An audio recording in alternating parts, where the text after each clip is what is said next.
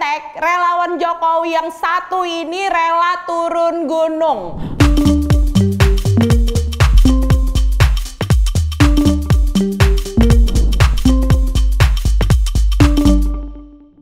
Gokil ya bapak yang satu ini, gak ada kata lelah untuk nyapu bersih semua kotoran-kotoran yang menempel pada sosok Mulyono dan keluarganya.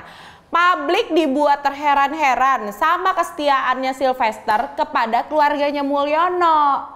Emang ya kalau yang namanya kesetiaan itu mahal harganya. Dan si Sylvester sebagai ketua umum Soulmate gak pakai lama, beliau harus ikut nyebokin gosip-gosip netizen soal keteknya Erina Gudono yang merupakan istri dari Kaesang ini. Kayaknya kita harus angkat topi buat Silver ini karena kegigihan dan ketangguhannya beliau untuk tetap menjadi orang paling terdepan bersih-bersih di keluarganya Mulyono. Bayangin, dia ini kan ketua umum relawan Soulmate, tapi beliau nggak nanggung-nanggung untuk ngebela harga diri keluarga Mulyono sampai harus ikut menangkal serangan ke menantunya Mulyono. Dan siapa lagi kalau bukan Erina. Cuma maaf nih ya, kayaknya gue harus ngewanti-wanti Bahlil supaya agak hati-hati dengan manuver si Silver ini. Khawatirnya ada saingan baru nanti dalam urusan cari muka ke Mulyono. Tapi gini ya guys, kalau lu pada perhatiin nih, semenjak PDI Perjuangan tidak lagi bersama dengan Mulyono, orang-orang yang tampil di publik sekarang ini adalah mereka yang gak pernah nongol di depan layar. Mereka tuh orang-orang yang biasanya emang main di darat, ngurusin penggalangan massa, nyawerin duit ke relawan, ngurusin acara relawan, ngurusin organisasinya, sampai bisa terus cinta mati sama si Mulyono. Alhasil, para penjaga gawang Mulyono ini tampak seperti amatiran saat tampil di publik. Hal-hal yang gak seharusnya mereka pertontonkan terpaksa mereka lakukan karena belum terbiasa menjadi pembicara di depan umum. Yang mereka tunjukkan ini adalah karakter orang-orang lapangan. Contoh, ngajak ribut Rocky Gerung, ngebelain Kaesang soal jet pribadi, hingga ngebahas urusan ketek.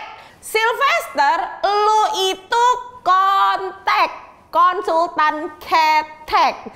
Lu bayangin tuh, level dari para pembela Mulyono saat ini udah bener-bener kayak nggak punya kelas sama sekali.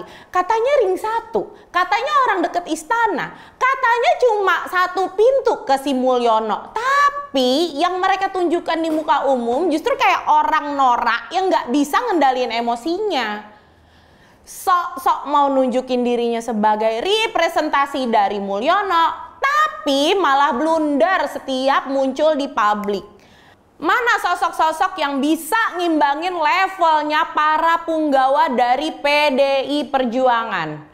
Nah, mereka inilah yang dulu saat di PDI Perjuangan masih satu barisan dengan Mulyono, turun dan tampil depan muka menjadi benteng pertahanan Mulyono saat ada serangan dari oposisi maupun kaum pembenci. Tampilnya mereka itu elegan banget, ngerti cara bicara, punya wibawa, menjaga gestur dengan rapi, karena mereka adalah cerminan dari PDI Perjuangan menjadi rumahnya Mulyono dulu.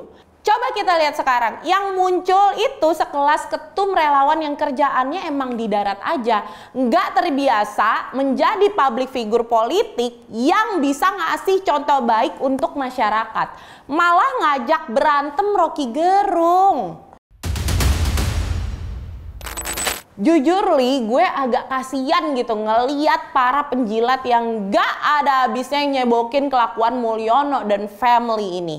Contoh berikutnya Budi Ari. Beliau itu Menteri Komunikasi dan Informatika Republik Indonesia. Digaji oleh rakyat, difasilitasi dari negara, ternyata cuma sibuk ngurusin akun Kaskus anaknya presiden yakni Fufu Fafa.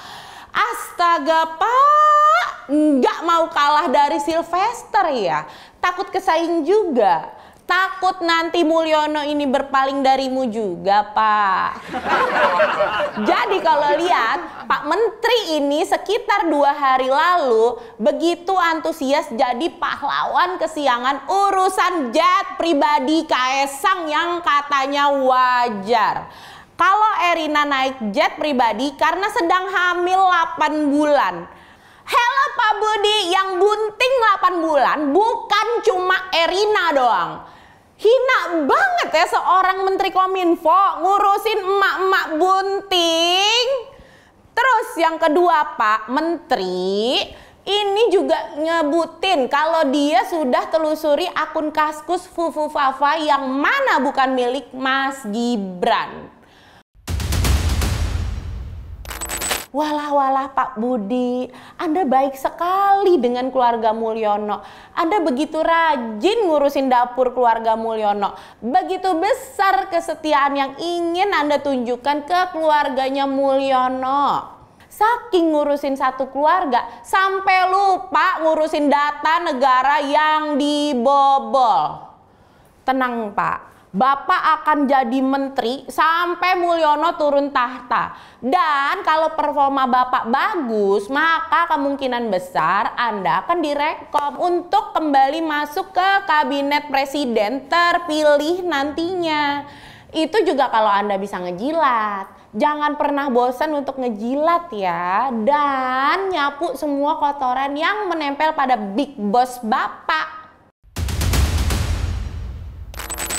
Anda diangkat sebagai menteri memang harus komunikatif dan informatif kepada masyarakat supaya Anda rajin membuat citra presiden dan keluarganya tetap menyala, terang benderang, bersinar, bercahaya, cetar membahana.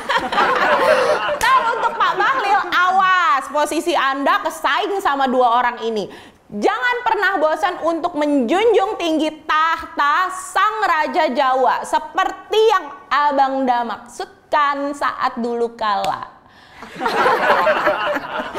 Ya, beginilah Indonesiaku. Kirain pelawak cuma ada di acara komedi TV.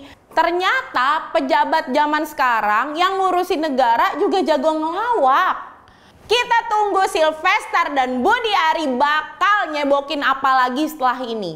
Kan tinggal 37 hari lagi si Mulyono jadi pengangguran.